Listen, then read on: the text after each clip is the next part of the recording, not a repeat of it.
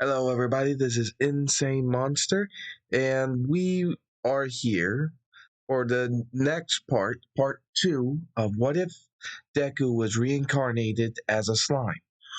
Now, when we last left off, Deku was finishing up his training. So we meet him where he's at the beach doing a little stretching and all that, getting some blood, or I guess his slime pumping, since he doesn't actually have blood anymore so that he be ready for the exam.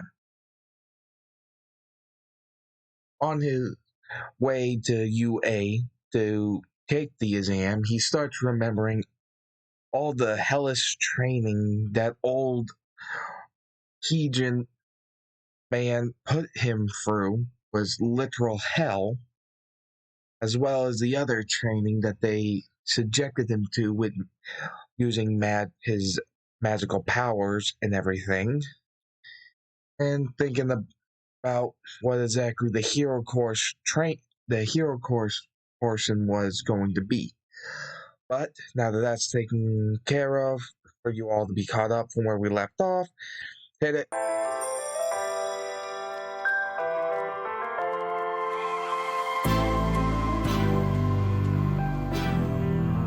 What you gonna do? What you gonna do? What you gonna do? What you gonna do? This is just vlogs now.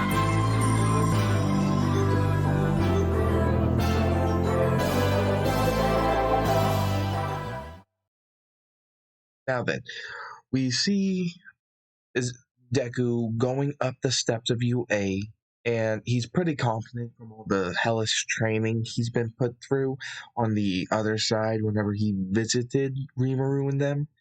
If you don't know what I'm talking about, uh, go to my channel for the first part one of this What If.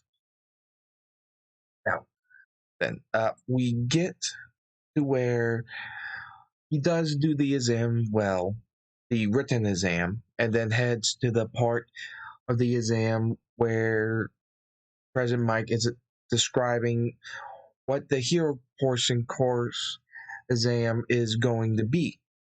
Obviously, he's still fanboying out a bit. Ida still does a little thing where he calls out about the thing with the 0 pointer and calls out Deku, but he doesn't really care right now. He's a good bit more confident in this one. So they head out to the field, which he's just getting ready, talking to uh, the the voice in his head, it isn't great sage right now. I guess you could call it the voice of the world. Though he still calls the voice sage since it sounds like a woman's voice, kind of. So there's that. So he thinks the sage asking her to set up some chimera fusions for when it starts, as he just kind of gets ready. Which he does put together multiple kinds for combat, speed combat, and incredible strength combat. And and even asks Deku if he would like to keep these saved on file, which he does agree to. Then President Mike just states that there's no countdown in real battles, he'll get going. So he instantly goes to the speed form, which uses a lot of feline aspects, including cheetah for the speed portion, and some tiger in there too to give some more power to him for attacks and such. Slamming, though, the portions of his body that shift into this kind of thing are mostly his legs and arms with some slight markings on his face. Tearing up the robots one after another. People are surprised by this, but even more so that there's this stuff coming out of the palm of his hands after he destroys a robot. It completely devours it. This, of course, is his predator, taking in the different robots and reforming them, or breaking them down, analyzing them and all that to see how they work and such. thinking that he could probably use these in the future. So he just goes on a bit of a rampage. Obviously, he gets to a point where he thinks he's all good, and then he sees that there's a girl. Though instead of Ochako, it's a girl with pink hair, skin, and some horns coming out of her head, stuck underneath some rubble that using her quirk to try to melt it away while the zero pointer is coming close to crushing her. He hurries up and blitz towards her using the sticky steel thread to bind the robot, basically wrapping up its limbs and body and such, while sticking the ends onto the nearby buildings. Though he noticed, though he noticed after kicking the rubble off of her that the robot was starting to rip the parts of the thread that were sticking to the buildings clean off, along with the chunks of the building, and the girl was injured. So he told Sage in his head to go with the maximum strength chimera, as he then begins to reform his body, gaining all kinds of different things. Some claws, some selling all over his body, like a combination of the armadillo, clam, and tortoise shells, hardness, and all that, including incredibly strong beast characteristics all thrown in, like from bears, tigers, lions, that kind of stuff. As Sage then states, heroic spirit activated. This is the ability that allows him to gain incredible strength in a moment that he basically, it's a power that lets him gain insane amounts of strength, but only when he's trying to help somebody. Which, when he does this, and that robot's hand breaks the rubble that the threads are connected to on the buildings, going straight for them, he charges up his dark lightning, full on punching the robot's arm clean off, sending it flying back away. Which then, with this insane boost, he jumps up and does another, what he calls a Dark Thunder Smash. Or I guess full name, that was kind of like the shortened version, but full name is The Beast Dark Thunder Smash. That kind of thing. Completely, not just blowing back the robot, but completely and utterly frying its internal hardware and such, which he then uses his free hand to use Predator to suck it all up. After that, the President Mike states that the exam is over, and Recovery Girl comes by and heals everybody. He's a bit tired after that and goes home basically immediately. Though when Mina, if you didn't know who I was talking about, that was underneath the rubble, it was Mina. And if you didn't know who that was, then you really need to go watch the actual My Hero Academia TV anime and all that. So we get to the part where he's waiting at home and his mother brings in a letter. He opens it up and finds out that he got in and is going to class 1A. After figuring that out, the next day he opened up the world gate to go visit Rimuru and them, telling them the good news. Obviously, Rimuru stated that it was time to celebrate, so they got busy celebrating with all kinds of good food and such, as well as them bringing Izuku some rewards, more like gifts.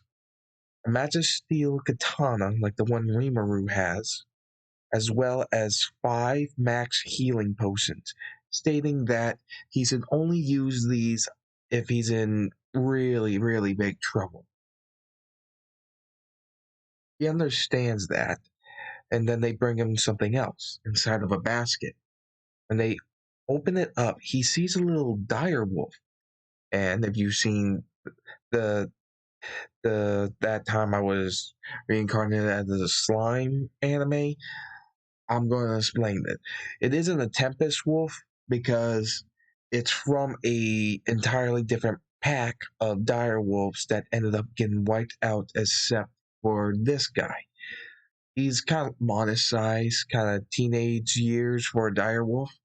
And Rimuru stated that you can give him a name and he will end up evolving, most likely in a similar way as the Tempest Wolves, with the Ranga popping out of his shadow stating, "Yep, and I'm sure he'll be a valuable ally to have." So he decides to name him. He tries to think of a name really hard, going through all kinds in his mind until he thought of one. He But first he asked if it was a boy or a girl direwolf. They told him it was a girl, so he decided to call the female direwolf Yue. This, if I'm not mistaken from the translation, means moon, which goes pretty well with wolves. The direwolf began to glow and then leaped toward Izuku, licking his face. He was excited, and as a final gift, they gave him some battle armor stuff. Basically, somewhat similar to Rimaru's outfit, but with more of a armor samurai sense to it, except for the helmet portion. It also even came with his own version of a mask that you see in the thumbnail here that's on Rimaru's head. Somewhat similar, but different pattern on markings on it. He was thankful, and once they were done celebrating, he went home, after also learning about the fact that his direwolf can go to sleep inside of his shadow, figuring it'd be pretty useful to keep UA secret from his mother.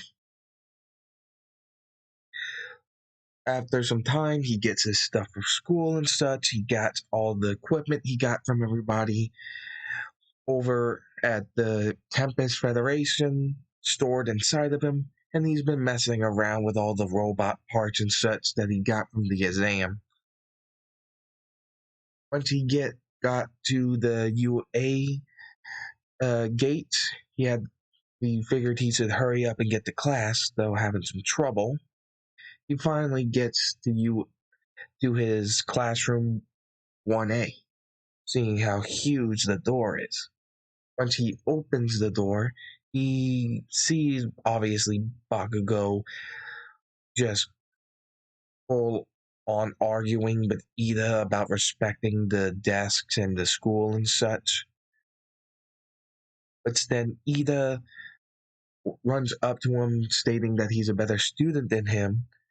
And next thing we know, we have Mina who walks up instead of Ochako, who just is a little bit behind from this incident, and she states that she thank you for saving me twice.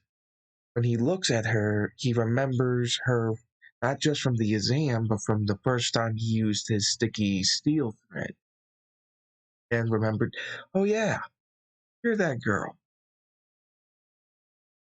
As he rubs the back of his head, saying, sorry, I don't remember. As Ochako comes to the door, stating, hey, so you're my classmates? They just smile and say, yeah.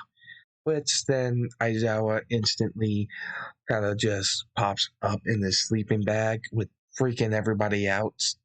Him stating that they should all hurry up and get in their seat to be quiet, which they do.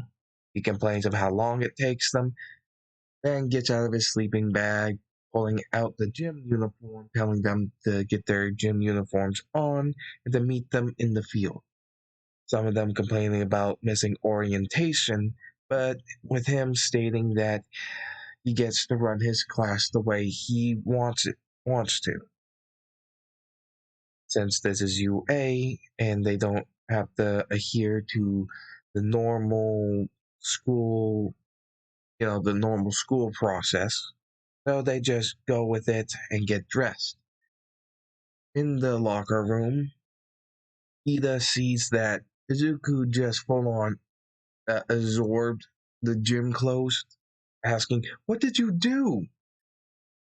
Izuku states that, well, I can store a lot of things into my body since it's not typically normal.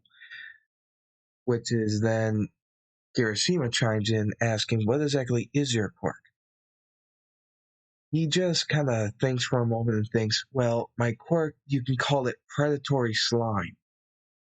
As he just shows his arm melting in the green slime, telling them that his body is somewhat like a semi liquid and he can store stuff in his body for later and all kinds of things. Even has some stuff that could be really useful in the future just in case. As for why he just ate his, basically stored his clothes in there, you see a weird burst of some dark stuff going around his body, and then revealing that he's wearing the gym uniform he just absorbed into it. With them being pretty impressed. So Ida stated that predatory part of the name is kind of off-putting as they head to the field. He just states that he also gains different abilities from things that he eats and instead of storing them. Even a genetic, even some DNA could help, though it's mostly animals.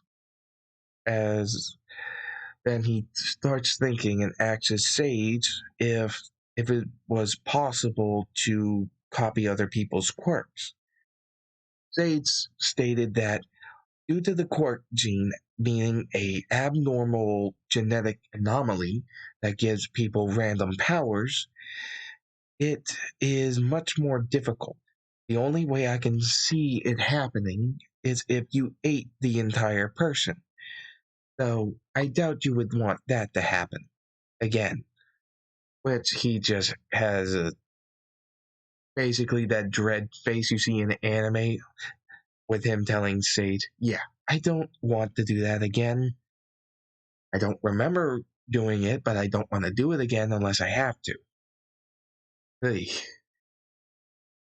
So they get to the field, and Izuku's thrown the ball and is told to toss it.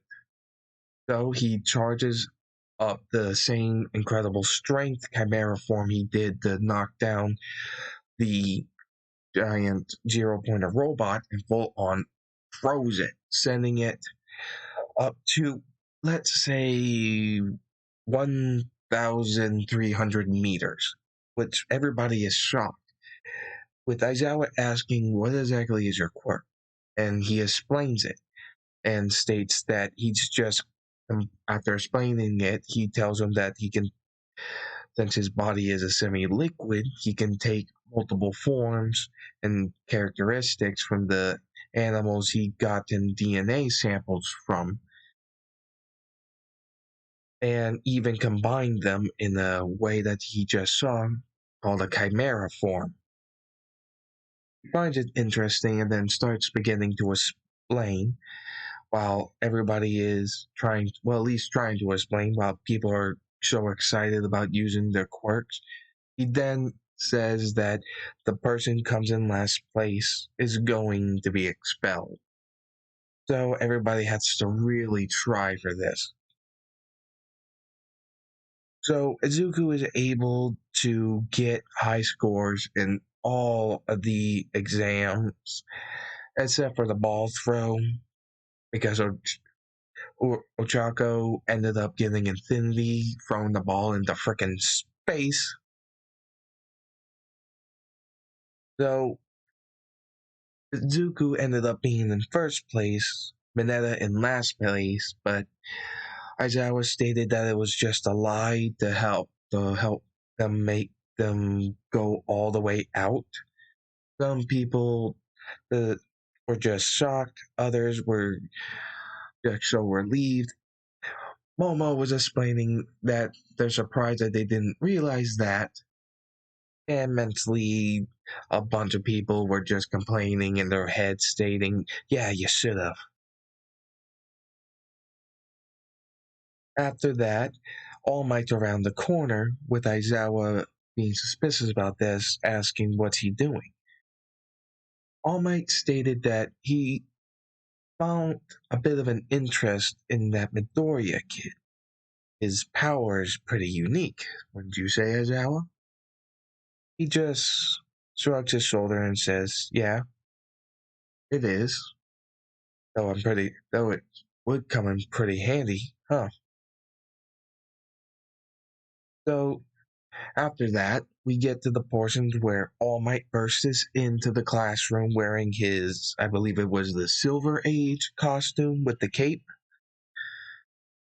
before the other, that was his costume before his current costume without a cape. No cape! And he starts stating that this is going to be their hero course test, the combat portion. So once they get shoot up, they start seeing the same thing happen as when they changed in the locker room for the physical exam. So this time, they see a bit of an armor set kind of looking thing covering up a green jacket with some fur on the sleeves, on the end of the sleeves, with a lighter green, I guess you call it kind of teal scarf, with a white mask with a good pattern on it and a blue gem in the center instead of red like Rimaru's. Also having a sword on his hip, with either remarking, "I didn't know you can store all that kind of things inside of you." He, he places the mask aside from his face and just says, "Well, yeah, comes in real handy. I got a whole bunch of other stuff in here," as he just smirks, with Bakugo scoffing, saying, "Hurry up and get to the field. I want to hurry up and show you losers what I can do." As Deku just kind of sighs, and they hurry up and get to the field. Once they got there, All Might explains the situation, and he starts to draw the lots. Different from canon, instead of Uraraka, is going to be Mina pairing up in this part, and Bago is excited to see what he can do against this nerd Deku's new quirk. So as they're planning, Deku asked if it would be okay if they went through the top. She said that would probably be the best, considering that the bomb is probably on one of the upper floors. Though, sprouting wings, he lifts out, he sticks out his hand, saying, "Well, come on." And C just kind of freaks out, saying, "What is that?" He just looks back, saying, "Bat wings. You did hear about how I explained my quirk to Miss Aizawa, right?" He just goes, "Oh, yeah." So he carries her, flying up to the roof. There isn't an opening that I know of on top of the roof, so Mina just uses her acid to burn a hole. Once, obviously, this causes the rubble, the center, to fall down and make a big crash, which Bakugo has been trying to get downstairs to go after Deku, but after hearing that giant thud, yeah, he hurries up and uses his explosions to hurry up forward. As they walking up to where the bomb is, Deku tells Mina to remember their plan. As he says, right, once they get to the bomb room, they go straight for it, but Ida is hurrying up, grabbing the bomb and going right around them, which is when Bakugo gets there saying, all right, you're not getting away from me this time, as he goes straight for Deku. Deku takes off his mask, putting it on his side, letting Bakugo do a powerful explosion onto his face that looks like it blew up off his head. Like you see no head, just some really slime. Which Mina is just surprised and shocked, thinking he's dead. But then his head reforms with a swipe of his hand. The sticky steel threads wrap up Bakugo and basically tie him up to one of the pillars, with Bakugo struggling, trying to use his explosions to destroy the pillar in order to get free. So Ida runs away again, trying to get away, but is met by a slick version instead of a acidic version of Mina's acid that you've seen her use before in canon, causing him to slip while holding the bomb. Instantly, Izuku uses his strings again to catch the bomb, and then uses his hands to just grab it and put it right side up, with the hero team winning. After that, they go into the monitor room where All Might states that Midoriya is the MVP and asks what exactly those webs were. He explains that part he doesn't just gain the physical appearance and abilities of different animals he takes in, also the uh, but also the abilities that kind of like the spider webs. Basically, I had took in spider DNA basically as he scratches his head and continues explaining, and I can enhance it to a certain degree where it becomes very sticky and very strong at the same time. But he's impressed by this, thinking that the future of heroes is in good hands with this kid as well as his successor. And then All Might also describes that his him and Mina's teamwork was pretty good.